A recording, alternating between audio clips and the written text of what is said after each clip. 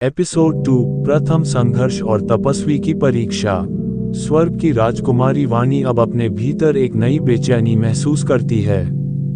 स्वर्ण महल की शांत दीवारों के बीच वह अपने कमरे में बैठी है, वीणा के तारों को हल्का छूती हुई, पर उसके मन में गूंजती है वह बात जो इंद्र ने कही थी, तीनों लोकों से आएंगे वर और तपस्वी ऋषिराज का निर्णय अंतिम होगा।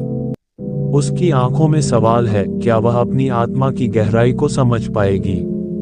तभी दरवाजा खुलता है और उसकी माँ, स्वर्ग की देवी, मुस्कुराते हुए आती हैं। वाणी, स्वयंवर के लिए तैयारी शुरू हो चुकी है। तुम तीनों राजकुमारों से मिलोगी, नर्क के यमद्रथ, धरती के आर्यमित्र और तपस्वी ऋषिराज। ये तीनों तुम्हारे लिए अलग अलग चुनौतियां लेकर आएंगे। वाणी अपनी धड़कन को नियंत्रित करते हुए कहती है, माँ, मेरा मन कहता है कि ये लड़ाई केवल बाहरी शक्ति की नहीं, आत्मा की परीक्षा है। मैं तैयार हूँ। धरती के राजकुमार आर्यमित्र की यात्रा शुरू होती है। अपनी तलवार और धनुष के साथ वह स्वर्ग की ओर कदम बढ़ाता है, पर रास्ते में उसे न केवल बाहरी दुश्मनों का सामना करना पड़ता है, बल्कि अपने भीतर भी कई प्रश्नों से जूझना पड़ता है।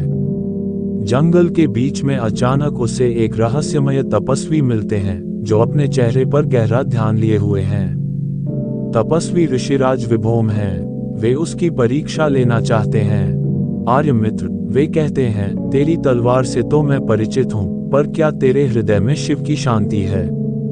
क्या तू अपने स्वार्थ को छोड़कर सच्चाई को स्वीकार कर सकता है? आर्यमित्र ध्यान से सुनता है और कहता है, तपस्वी, मैं यहाँ बाहरी युद्ध के लिए नहीं, बल्कि आत्मा की खोज के लिए आया हूँ। मुझे जो भी सत्य दिखाओ, मैं स्वीकार करूंगा।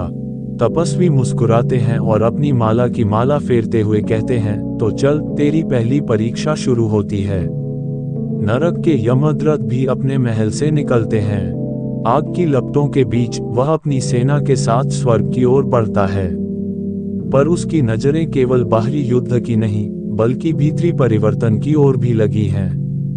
रास्ते में उसे एक आकृति मिलती है, एक बूढ़ा साधु जिसने नर्क के भीषण जंगलों में तपस्या की है। साधु कहता है, यमद्रथ, तेरा क्रोध तेरी सबसे बड़ी दुश्मनी है।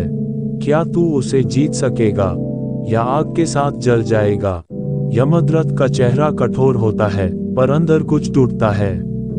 वह कहता है, मैं अपने अंदर की आग को समझना चाहता हूँ, ताकि मैं स्वयंवर में योग्य बन सकूं।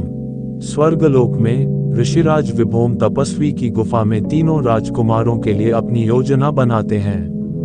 वे जानते हैं कि यह केवल प्रेम या शक्ति की लड़ाई नहीं, बल्कि हर राजकुमार की आत्मा की लड़ाई है। पहली परीक्षा, सच का सामना। वे कहते हैं, तीनों को अपने सबसे बड़े भय और सत्य के सामने खड़ा होना होगा। जो इनको पार कर जाएगा, वही अगले चरण में जाएगा।